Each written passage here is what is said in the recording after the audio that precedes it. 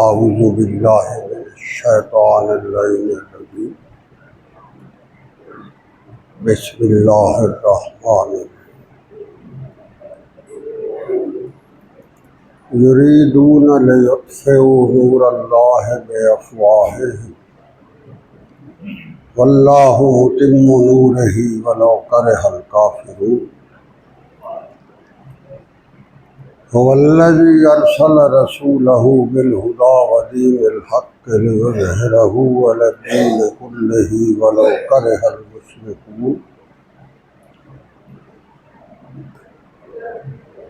اللهم سبحانك لا علم لنا إلا ما علمتنا إنك أنت العليم الحكيم رب اشرح لي صدري وَيَسِّرْ لِي أَمْرِي وَاحْلُلْ عُقْدَةً مِّن لِّسَانِي يَفْقَهُوا قَوْلِي رَبِّ زِدْنِي عِلْمًا یا رب صل وسلم دائما ابدا علی حبیبک خیر الخلق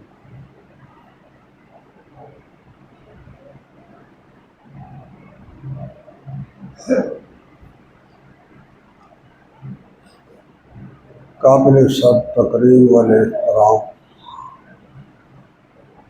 معزز حاضرین و ناظرین کرام، جب سے اللہ تبارک و تعالیٰ نے یہ معمورہ عالم بسایا ہے اور اس میں انسان آیا ہے اور رشد و ہدایت کا نظام اللہ کی طرف سے انسانیت کو پہنچتا آیا ہے،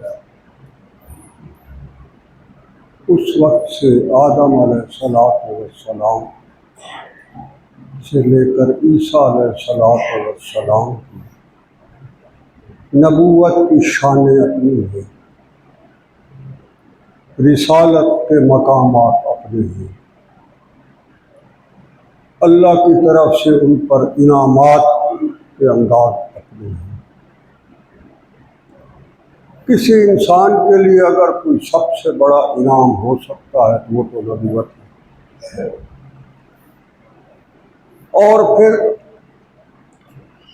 ایسے انبیاء کرام ہوئے ہیں جو نبی رسول ہوئے۔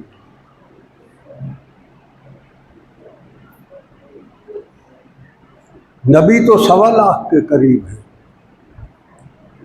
مگر ان میں 313 رسول بھی ہیں۔ وہ کیا ہوتے ہیں؟ مختصر وہ ہوتے ہیں جو انسانیت کو اس جہان میں زندگی کا ایک خوبصورت اور نیا رخ دیتے ہیں، اور ان کے ساتھ وابستہ جو اللہ کی طرف سے خصوصی انعامات انسانیت کے لیے ہوتے ہیں، وہ اپنے دور رسالت میں اس کی برساتیں برساتے ہیں، جس سے انسان بڑا عجیب مستفید ہوتا۔ ان کی تعداد 313 ہو۔ اس کے بعد اللہ نے 1.25 لاکھ کے قریب اپنی مقدس جماعت میں سے 5 ہستیاں ایسی بنائی ہیں جو اولو العزم رسول، جو شان میں جو ہے اور عظمت میں اور رفعت میں بہت عجیب و غریب ان کے مقام۔ ان میں سب سے پہلی جو ہستی ہے بعثت کے لحاظ سے وہ نوح علیہ السلام، عجیب شان ہے اس کی۔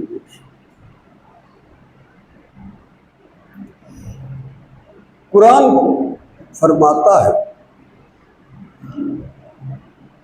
کہ انہوں نے اللہ کے امر سے انسانیت کو ایک بہت بڑے عذاب سے بچانے کے لیے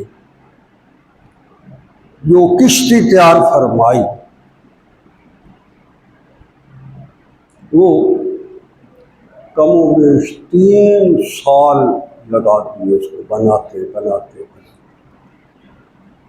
اس کشتی کی بھی اپنی ایک تاریخ،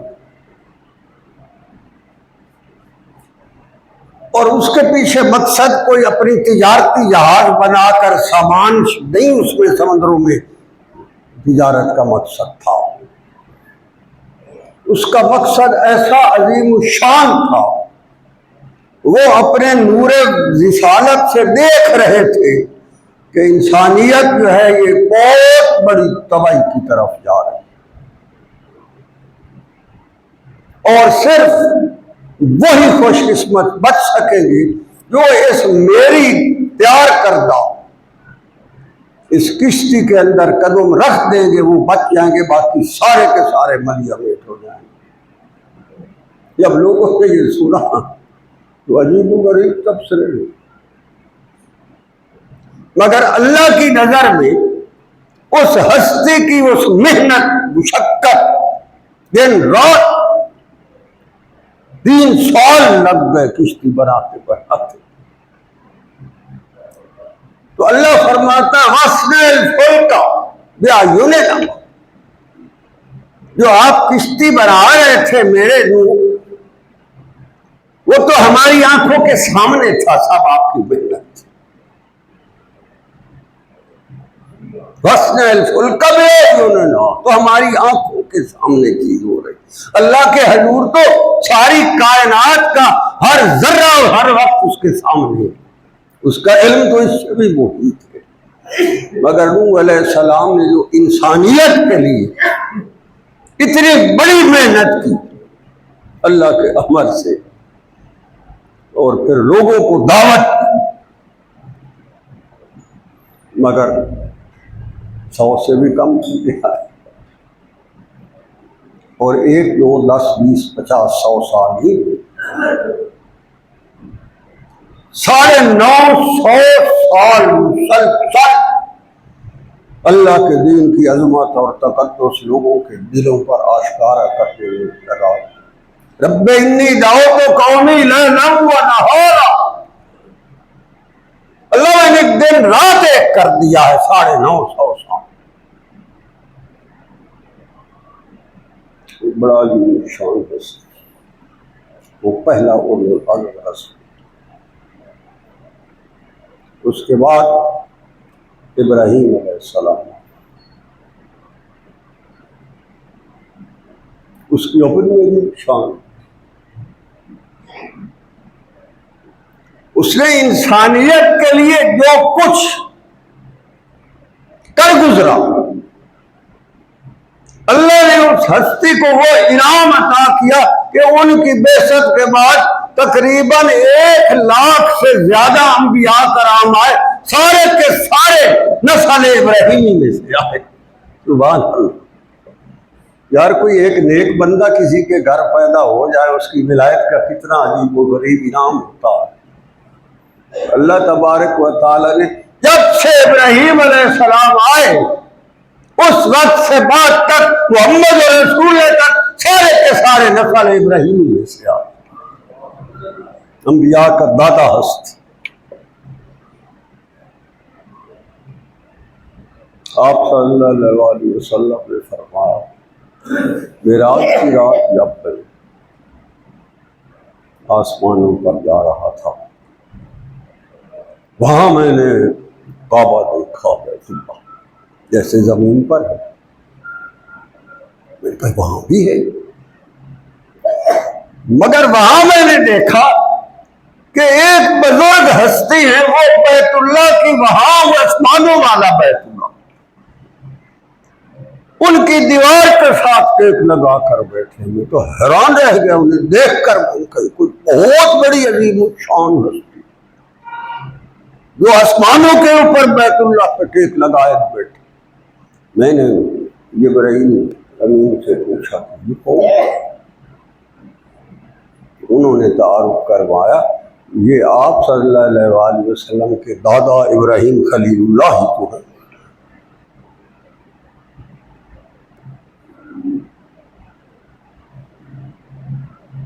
حدیث مبارکہ ہے آپ جتنے انبیاء کرام کے ساتھ پہلے ملاقات کرتے آئے ہیں ان سب نے آپ کو مخاطب کیا ہے یا اخی، اے ہمارے بھائی نبوت۔ فرماتے جب جبرائیل امین نے مجھے ان کا تعارف فرمایا اور انہوں نے مجھے مخاطب فرمایا تو مجھے فرمایا یا بنیا، اے میرے بیٹے۔ سبحان اللہ، یہ وہ اولو العزم رسول، ایک تعریف ہے قرآن کے اندر جو سختی سے منسوخ ہے۔ یہ دوسرا اولو العزم رسول۔ ان کے بعد موسیٰ علیہ السلام آئے، تیسرا اولو العزم رسول۔ ایک مخلوق تھی جس کو اس نے فرعون نے اپنے غلامی کے ان کی گردنوں میں ڈال رکھے، تنہا للکارا اس نبوت جب وادی طویٰ میں عطا ہوئی رات کے وقت، وہ بھی ایک سما ہے، وہ بھی ایک عجیب و غریب نظارہ ہے، اور اس سے اللہ کی آواز آتی ہے موسیٰ کلیم اللہ کی، اور فرض سے موسیٰ کلیم اللہ ہی اس آواز کے مخاطب ہے۔ زمین پر تو کئی انسان بستے تھے، لاکھوں کروڑوں، رب کائنات میں صرف ایک انسان کے ساتھ مخاطب ہے، اور اس وقت جو وادی طویٰ کا سما ہے اس کا ایک ایک ذرہ جو تھا وہ سورج سے بھی زیادہ روشن تھا، لوگوں کے لیے رات تھی، مگر موسیٰ کلیم اللہ کے لیے وہ رات میں تھی، جشن رات تھی، منصب تکلیمی عطا ہو رہا۔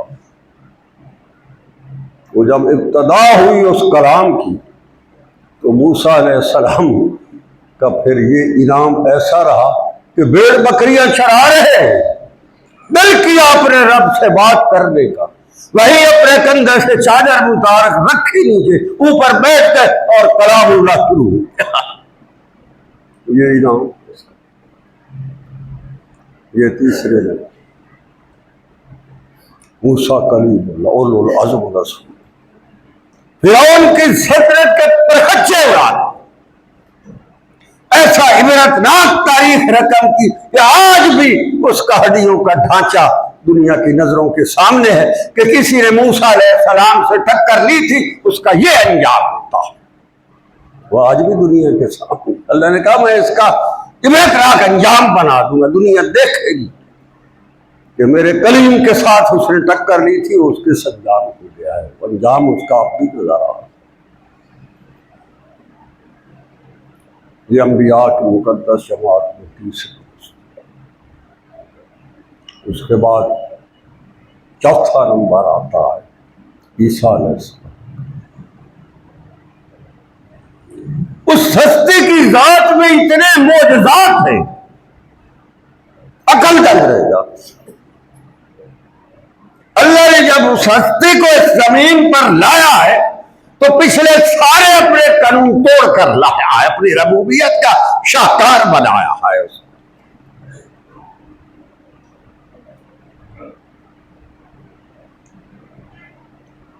حضرت مریم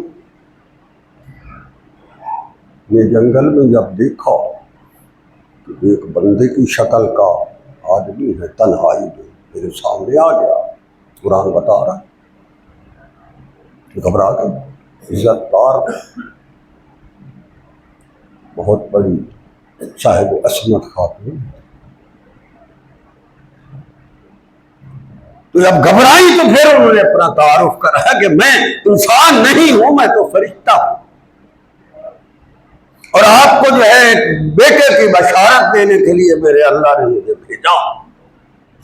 حق کی پکی رہی، یہ کیسے ممکن؟ جو اللہ نے نظام تولید بنایا ہے اس کا تو کوئی ایک قانون بھی مجھ پر لاگو نہیں ہوتا۔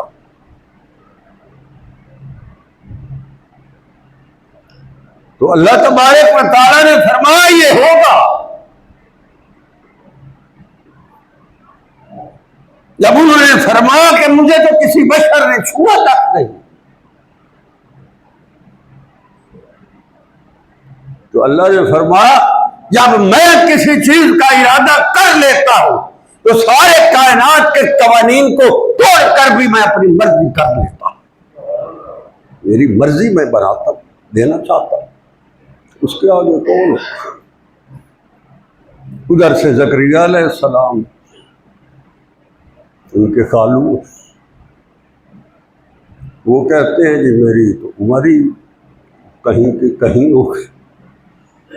جب آدمی 80-90 سال کا ہوتا ہے تو تھوڑی سی کمر میں جھکاؤ آ جاتا، بال بھی سفید ہو جاتے، ان کی پلکیں بھی سفید، کیونکہ جسم مبارک پر کوئی بال بھی کالا نہیں، سارے سفید. دعا کر دی دیکھ کر اس ہستی بچی جو اس وقت ان کے حجرے میں ان کے پرورش میں تھی، کہ جب اس کے کمرے میں بغیر موسم کے پھل اور بغیر جو ہے وہ تازے فریش آ رہے ہیں، خوشبودوز، کمرہ کھولا تو خوشبو سے مہک اٹھی. انہوں نے کہا جب یہ موسم بے موسم پھل اس معصوم بچی کو آ سکتے ہیں تو مجھے بھی اولاد کا بے موسم پھل دے سکتا. وہی اپنے کلیسا کی محراب میں کھڑے ہو کر گئے، اللہ مجھے بھی چاہیے یہ میوہ اولاد کا.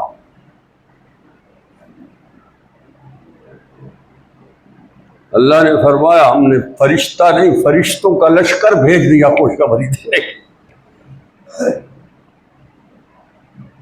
ان کی زیر کفالت بچی ہے، اس کو اللہ نے سارے قانون توڑ کر بیٹا دیا. اب وہ گھبرا رہی ہے کہ میں بیٹے کو لے کر آبادی میں جاؤں گی تو لوگ کیا کہیں گے. 3 دن کا بچہ گود میں ہے. اللہ نے فرمایا آپ کو تو بولنے کی ضرورت ہی نہیں ہے، اس کو میں بلواؤں گا، اس کی رسالت کا اعلان میں کرواؤں گا، اس کی حفاظت میں کروں گا، اور اگر کسی نے اس کی طرف پڑھنے کی کوشش کی تو میں اسے آسمانوں پر اٹھا کر لے جاؤں گا، پھر محمد رسول اللہ کا امتی بنا کر لاؤں گا، یہاں اسلام کا ڈنکا بجواؤں گا، اور پھر اس کے بعد انہیں لے جاؤں گا. یہ کوئی سے اور انسان سے ہو سکتا ہے؟ کوئی سوچ سکتا ہے کہ تو وہ بھی اللہ رسول. مگر عرض میں یہ کرنا چاہتا ہوں کہ جتنے بھی انبیاء کرام کی مقدس جماعت آئی، ان کی ایک دلی خواہش تھی جو آدم علیہ السلام سے لے کر عیسیٰ علیہ السلام تک سب کے قلوب مطہر میں سمائی. وہ یہ تھی کہ کاش ہمیں بھی محمد اور رسول اللہ صلی اللہ علیہ وآلہ وسلم کے زمانے کی بہار کسی طرح نظر آئے، ہمیں بھی وہ ہستی لگا، ہم بھی دیکھیں.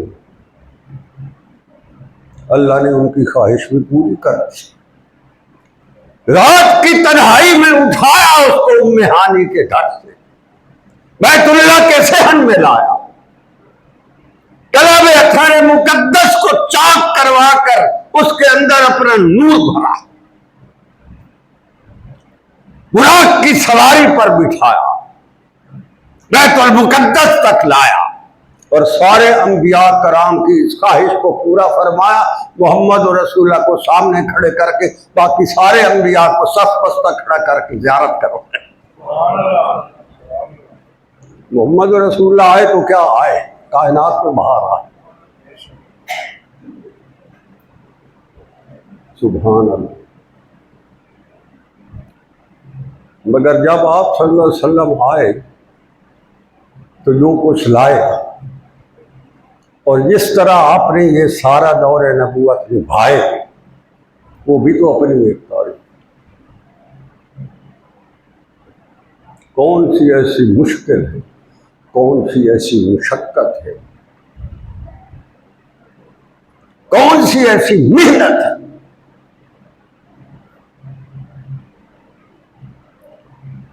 کبھی میں سوچتا ہوں آپ صلی اللہ علیہ وآلہ وسلم کی 4 بیٹیاں تھیں، 3 بیٹے تھے، اور چوتھا بیٹا ابراہیم علیہ السلام رضی اللہ تعالیٰ عنہ.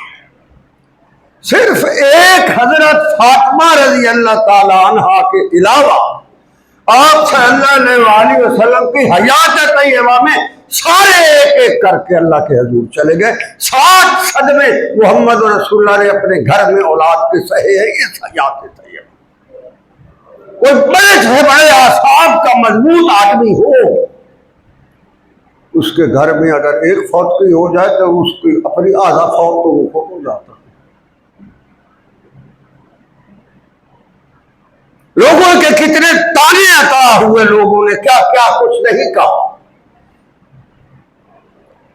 جب آپ صلی اللہ علیہ وسلم کے حضرت خدیجہ سے بیٹے ایک ایک کر کے جہان سے تشریف لے گئے جو آج بھی جنت المعلا میں موجود ہے، تو لوگوں نے تازیانے بجائے خوشی کے کہ بس ختم، نسل گئی، اسلام ختم.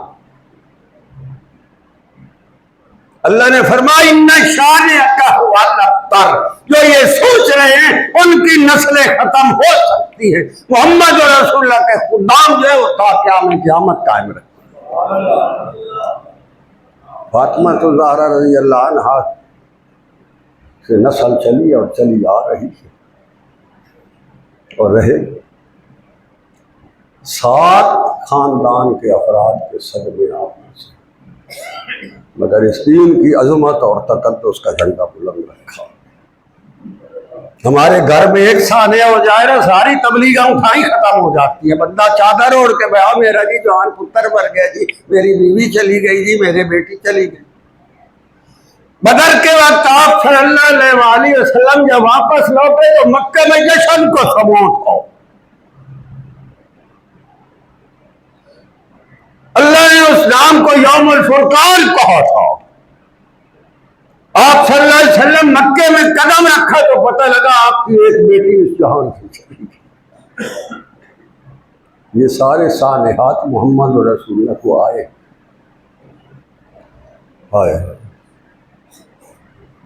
مگر دین کے لیے آپ صلی اللہ علیہ وسلم نے کیا کچھ مشکلات خود اپنی ذات میں نہیں سہی.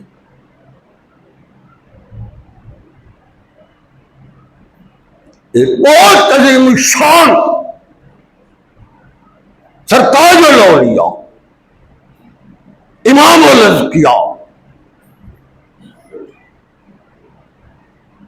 فخر اتقیاء، وہ فرماتے ہیں کہ مجھے آپ صلی اللہ علیہ وسلم نے ارشاد فرمایا، میں اپنے گھر کی کچی مسجد میں رات کو بیٹھا ہوا اللہ کے پاک نام کے ذکر میں مشغول تھا کہ مجھے آپ صلی اللہ علیہ وسلم نے ارشاد فرمایا، یہ جو میرا دین ہے جو مجھ پر نازل ہوا ہے، جس کی آبیاری اور جس کی عظیم الشان عمارت میں کھڑی کر کے جا رہا ہوں، اس عمارت میں اینٹیں نہیں لگی، میرے صحابہ کی ہڈیاں لگی. اس عمارت کو بنانے میں اینٹیں اور پتھر نہیں لگے، میرے صحابہ کی ہڈیاں لگی اس عمارت کی بنیادوں کو. اس میں سیمنٹ اور بجری نہیں لگی، اس میں میرے صحابہ کا گوشت لگا.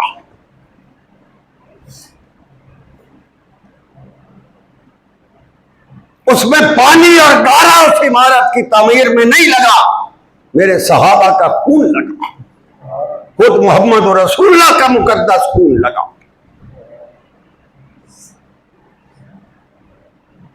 یہ کوئی عام چہرہ، عام بات ہے.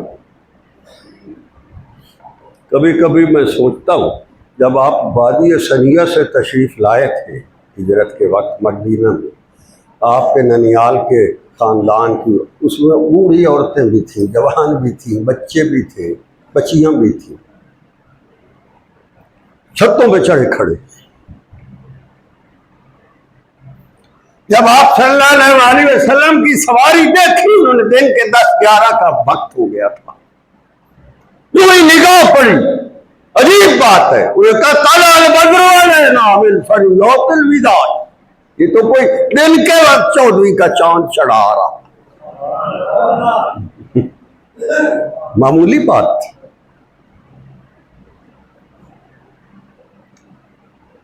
میں کبھی سوچتا ہوں آپ خیال کریں، میں یہ عرض کرتا ہوں آپ کا کیا خیال ہے ان بچیوں نے پہلے سے وہ شعر پکا کے یاد کر کے آج سے اوپر چھت پہ کھڑی ہوئی تھی، یا پہلے سے انہوں نے یہ سارے لکھ کر یاد کیے تھے رات کو بیٹھ کر بھائی صبح آپ جب دیکھیں گے تو یہ پڑھیں گے؟ کیا خیال ہے آپ؟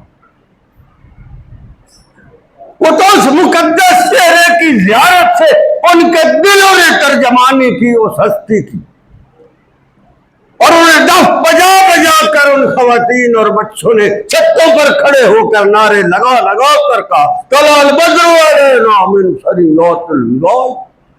یہ تو وہ چہرہ ہے جو دن کے وقت 14ویں کے چاند کی طرح وادی ثنیہ سے آ رہا۔ وجب الشکر علینا ما دعا للہ داعی۔ اب تو ہم ساری زندگی اللہ کے شکر ادا کریں گے کہ آپ صلی اللہ علیہ وسلم پر اللہ کا دین نازل ہوا کرے گا، آپ ہمیں فرمایا کریں گے اور ہم آپ کی تباہ کیا کریں گے۔ یہ تو ہمارے لیے تو عید ہے، یہ دین تو وہ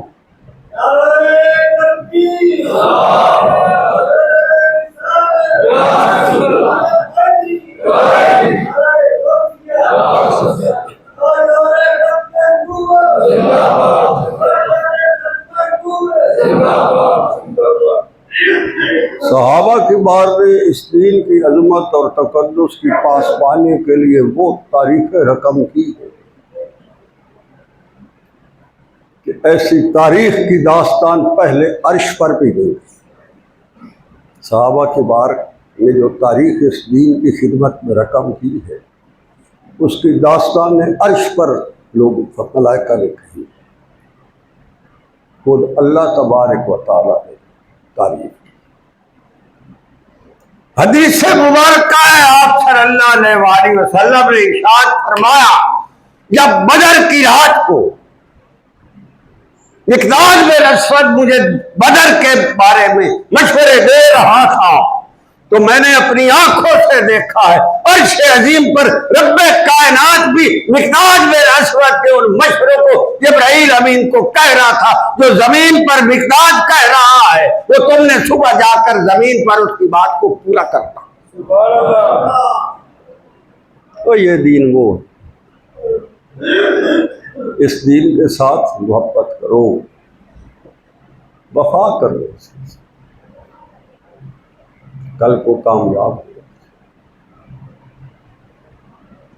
محمد رسول اللہ صلی اللہ علیہ وسلم کے ساتھ محبت کا ایک ہی دروازہ ہے، باقی سب دروازے بند۔ اتنے بڑے سے بڑے کوئی منصب اولیاء ہو سکتے ہیں اور جہاں سے مل سکتے ہیں، سارے دروازے بند ہیں، ایک دروازہ کھلا ہے جو گنبد خضرا کی مکین ہستی کے در کا دروازہ ہے، بات باقی سب بند۔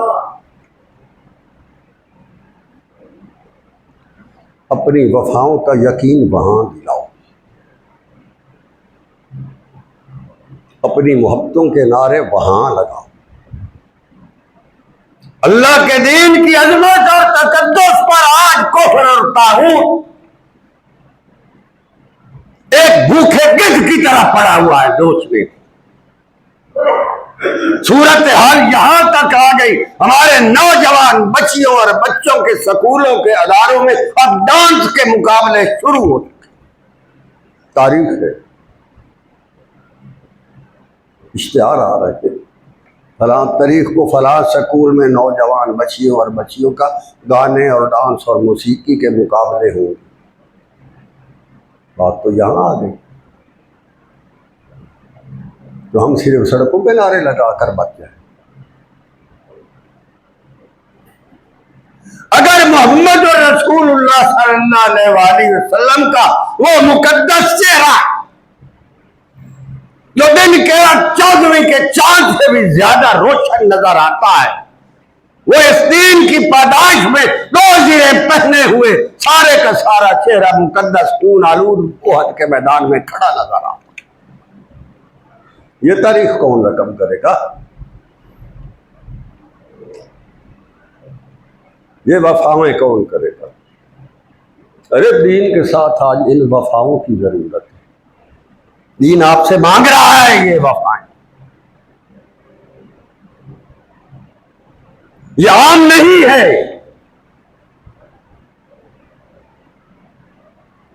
وہ بڑا غیور ہے جسے یہ دین نازل کیا ہے، قیامت قائم ہونے سے پہلے اس کی عظمت اور تقدس کا ڈنکا بجایا جائے گا، دنیا سے اس کی حقانیت کو منوایا جائے گا۔ اولو العزم رسول عیسیٰ روح اللہ کو آسمانوں سے زمین پر لایا جائے گا، دمشق کی مسجد کی چھت سے سیڑھیوں کے ذریعے ان کو یہاں منگوایا جائے گا، اور وہ بحثیت اولو العزم رسول امتی صاحب شریعت صاحب کتاب ہونے کے حیثیت سے نہیں آئیں گے، وہ محمد رسول اللہ کے دین کی عظمت اور تقدس کی پاسبانی کے لیے اس میدان میں آ کر محمد رسول اللہ کی امتی کی حیثیت سے انشام نافذ کریں گے۔ امتی تو ہم تھے، ہم کیا کر رہے ہیں؟ آج کا امت کا یہ لمحہ فکریہ ہر بندہ سوچے، ہر بندہ خود اپنے اندر غور کرے، دیکھی کہ دین کے ساتھ کیا ہو رہا ہے اور ہم کن مصلحتوں کا شکار ہیں۔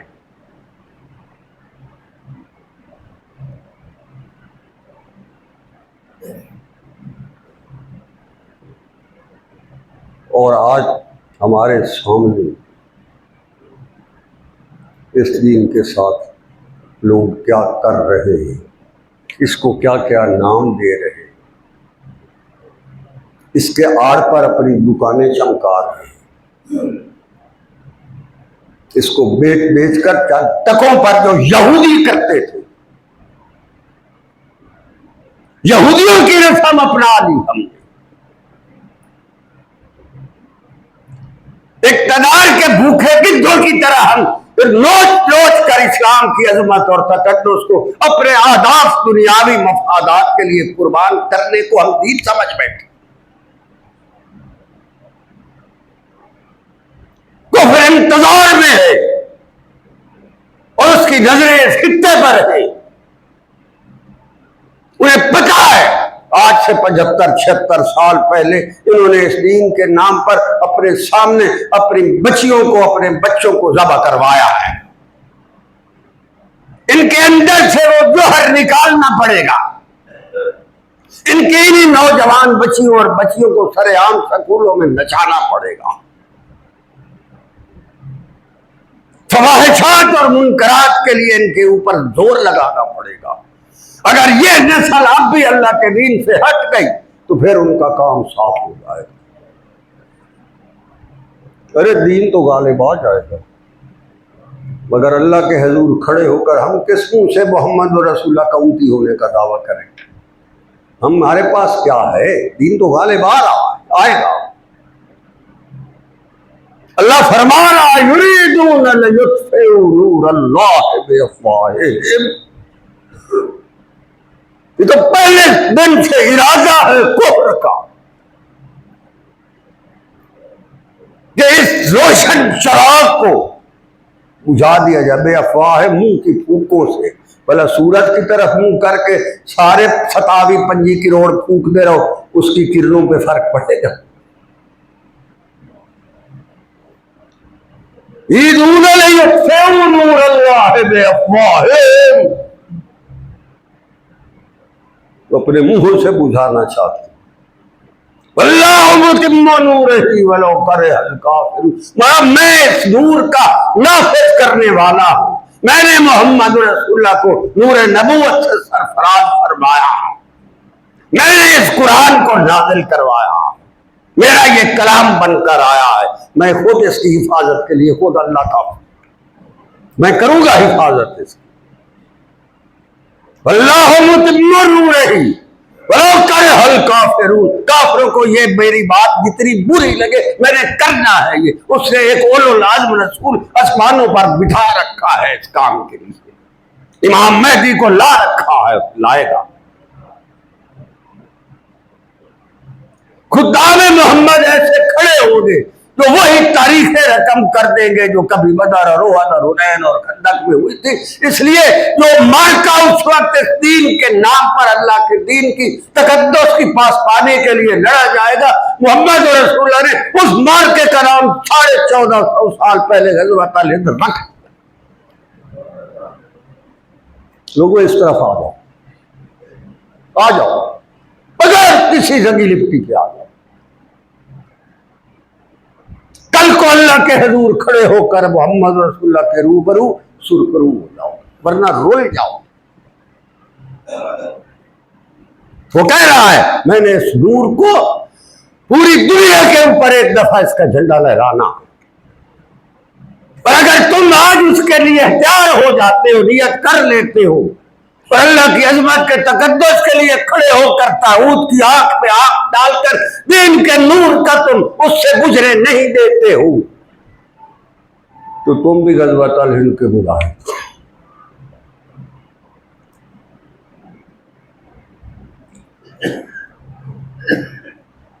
اللہ کہتا ہے ہم نے اپنے محمد صلی اللہ علیہ وآلہ وسلم کو ایسے ہی تو نہیں نا جہاں ہم نے مبعوث کر دیا تھا. آپ صلی اللہ علیہ وآلہ وسلم جس رات صبح سہانی مکہ کی بستی میں آمنہ کے صحن میں جلوہ افروز ہوئے اس وقت تو تاروں نے اتر اتر کر بیت اللہ کے صحن میں محمد رسول اللہ کی طرف منہ کر کے گھر کو سجدے کی. تو کیا اللہ کے دین کی عظمت کے آگے اگر آج تم بھی گردن جھکا دو گے تو کل کو آسمان پر چمکنے والے ستاروں کی مانند ہو جاؤ گے. دنیا وہاں حشر کے دن تیرے چہرے پر نور کو دیکھ دیکھ کر خوش ہو. حدیث مبارکہ ہے کہ اس دن کچھ لوگ ایسے ہوں گے جو مشک اور عنبر کی خوشبو والے تیروں پر کھڑے ہوں. ان کے چہرے چاند اور سورج کی طرح چمک رہے ہوں. لوگ کہہ رہے ہوں گے یہ بنی اسرائیل کے انبیاء میں سے ہے، اتنا نور تو وہ مشک اور عنبر کے تیروں. تو جب ادھر ادھر سے سوال کریں گے تو انہیں بتایا جائے گا یہ وہ خدام محمد صلی اللہ علیہ وآلہ وسلم جو بعد میں آئے اور اللہ کے رسول پر نازل ہونے والے دین کے ساتھ وفاؤں کی تاریخ رقم کر گئے، اپنے چہرے چمکا گئے، اپنی قبروں کو مشک اور عنبر کے تیروں پر سجا گئے، اللہ کے حضور سرخرو ہو گئے، محمد رسول اللہ کے روبرو ان کی رسالت اور عظمت اور تقدس پر اپنی جانیں نچھاور کر کے. یہ دین تو ایسا ہے. زید بن سکن کا ایک شعر میں کبھی کبھی پڑھتا ہوں، مجھے بڑا عجیب لگتا ہے. جب سے میں نے مجھے شعر و شاعری کوئی آتی نہیں تھی، مگر کوئی شعر ایسا ہوتا ہے جو دل میں جا کر سیدھا پیوست ہو جاتا ہے. پتہ نہیں کس شاعر نے وہ کہا ہے کہ زید بن سکن کو جب احد کے میدان میں زخموں سے چور سانس اکھڑ چکے ہیں، آپ صلی اللہ علیہ وسلم کی خدمت میں لایا گیا. آپ نے دیکھا تو ارشاد فرمایا زید بس جا رہے ہیں؟ عرض کیا رسول اللہ جا رہا. بتاؤ کوئی خواہش ہے تیری جاتے جاتے پوری کرتا ہوں. اسے عجیب خواہش کا اظہار کیا. اسے کہا اللہ کے رسول باقی تو ساری خواہشیں ہو گئی، جان بھی جا رہی، بس میری ایک خواہش ہے کہ جب میرا سانس نکلے تو میرا رخسار آپ کے قدم مقدس پر ہو اور میری جان نکلے.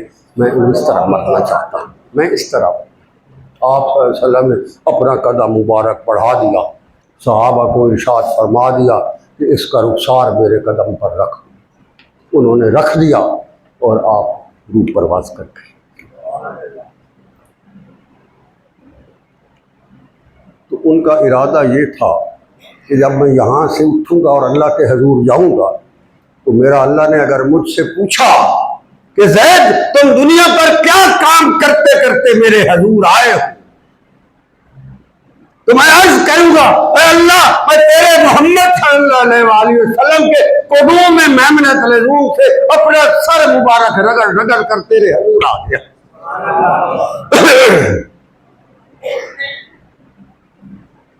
اسی کو شاعر نے ترجمانی کی تھی، ہائے ہائے تیری معراج، آپ صلی اللہ علیہ وسلم کی معراج بھی تو تھی، تیری معراج کہ تو لوح و قلم تک پہنچا، تو کہاں جا کھڑے ہوئے، اللہ کے روبرو جا کھڑے ہوئے، کائنات کے سارے فاصلے مک گئے، جبرائیل امین تھک گئے، پیچھے رہ گئے، معذرت کر گئے، اپنی بے بسی کا اظہار کر گئے، محمد رسول اللہ پڑھ گئے، وہاں تک لوح و قلم۔